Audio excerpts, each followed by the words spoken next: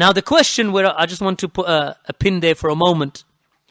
The question that now arises, is it possible for a person or a scholar to make a mistake in an affair of Aqidah and be excused?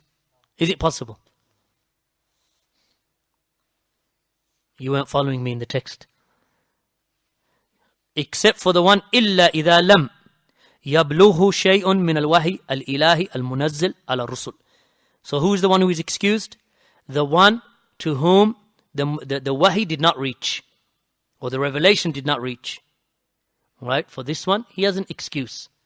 Because we have scholars who have erred in Aqidah. Ibn Hajar al-Asqalani in the 9th century. Died, I think, 852 or thereabouts. He made errors in Aqidah, in the issue of the attributes of Allah subhanahu wa ta'ala. He explained them away. Whereas the Quran and the Sunnah and the consensus of the earliest generations do not allow them to be explained away, but rather that they are to be taken upon their apparent meaning. But Ibn Hajar made an error in that regard. What was his excuse? Yet it is in the matter of Aqidah. His excuse is that the truth did not reach him. How do we know that the truth did not reach him? Because of the fact that if you look at all of the works of Ibn Hajar of course has an explanation of Sahih al-Bukhari in about 14 or 15 volumes, depending on which print you take. Sahih al-Bukhari, 1 volume in Arabic, sometimes in 2 volumes. Yet his explanation of Sahih al-Bukhari is in how many volumes? In Fathul Bari, somewhere in the region of 14 or 15 volumes. He has works in Jarh wa Ta'deel, in the rulings upon the narrators. He is the author of Al-Bulugh al-Maram, this excellent book in fiqh, in hadith. He is the author of many other works, Tahdhib al-Tahdhib, which is somewhere in the region of 9 or 10 volumes, mentioning the narrators of the ahadith of the Prophet sallallahu alaihi wasallam. He is regarded to be Al-Hafidh, Al-Imām. Yet none of the scholars, even though he made an error in Aqidah, with regard to the attributes of Allah, none of the scholars regarded him to be a person who is outside of Ahlus Sunnati wal Jama'ah. Rather, they say that he has erred in this regard. So they make clear the error. But they say that if you look at him in the rest of the works, you see him in every affair where he is able, always referring back to the book, the Sunnah, the Sahaba. Book, Sunnah, Sahaba, early Salaf. This is the way of Ibn Hajar. But in some affairs, because he was living in an era in Egypt at that time, in the 9th century, that he was surrounded by the Jahmiyyah and the Asha'ira and the people of Bid'ah. Those people who denied and they rejected or they distorted the attributes of Allah and His names. So he was raised in that environment from a child. And much of the clarification did not reach him. This is why you find in some of the writings of Ibn Hajar affirming the Aqidah of Allah, affirming the Aqidah of Ahlus Sunnati wal Jama'ah, affirming the correct Aqidah in some affairs, even in the attributes of Allah.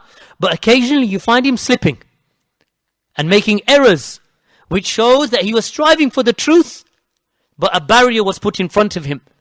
That falsehood was narrated to him, and he took from that falsehood and he penned it down. So we do not regard him to be a person of innovation or misguidance, even though he erred in an issue of Aqidah. Why? Because we assume that if the truth had come to this great scholar, not just Ibn Hajar, there's Ibn Hazm as well. In the attributes of Allah, he erred. Imām al-Nawawi, in the attributes of Allah, he erred. He erred. Ibn Daqiq al-Eid, rahimahullah, also erred.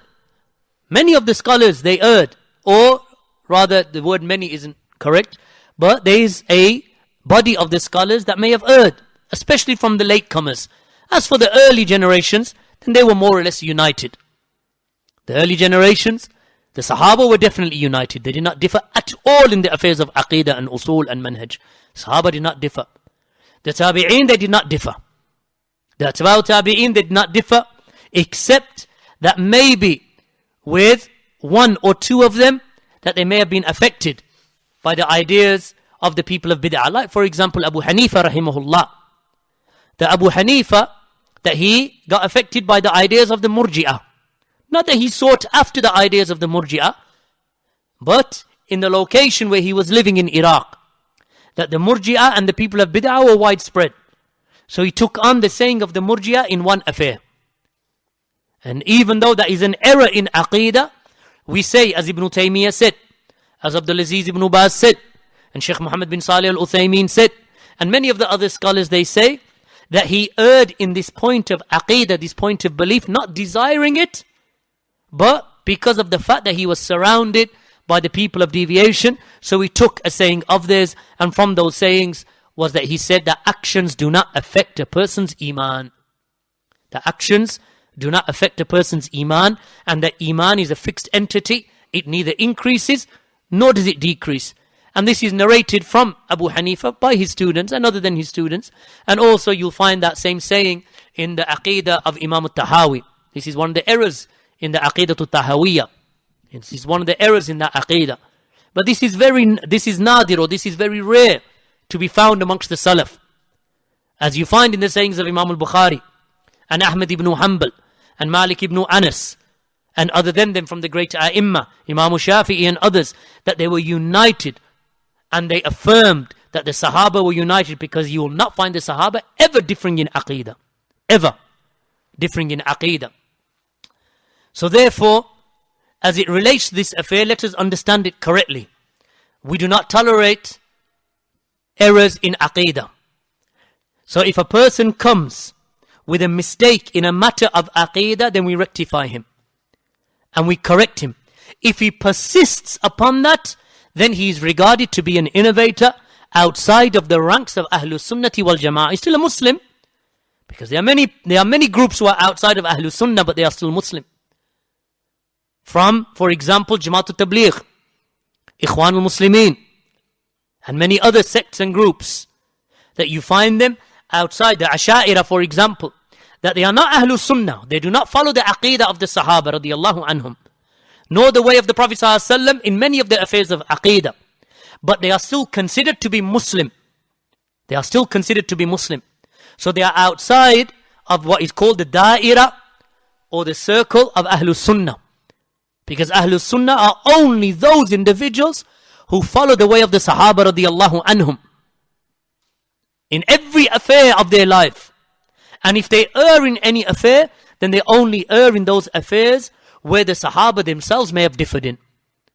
Where the Sahaba themselves may have differed in. So that type of differing is tolerated in the Masail al-Ijtihad, but not in Aqidah, not in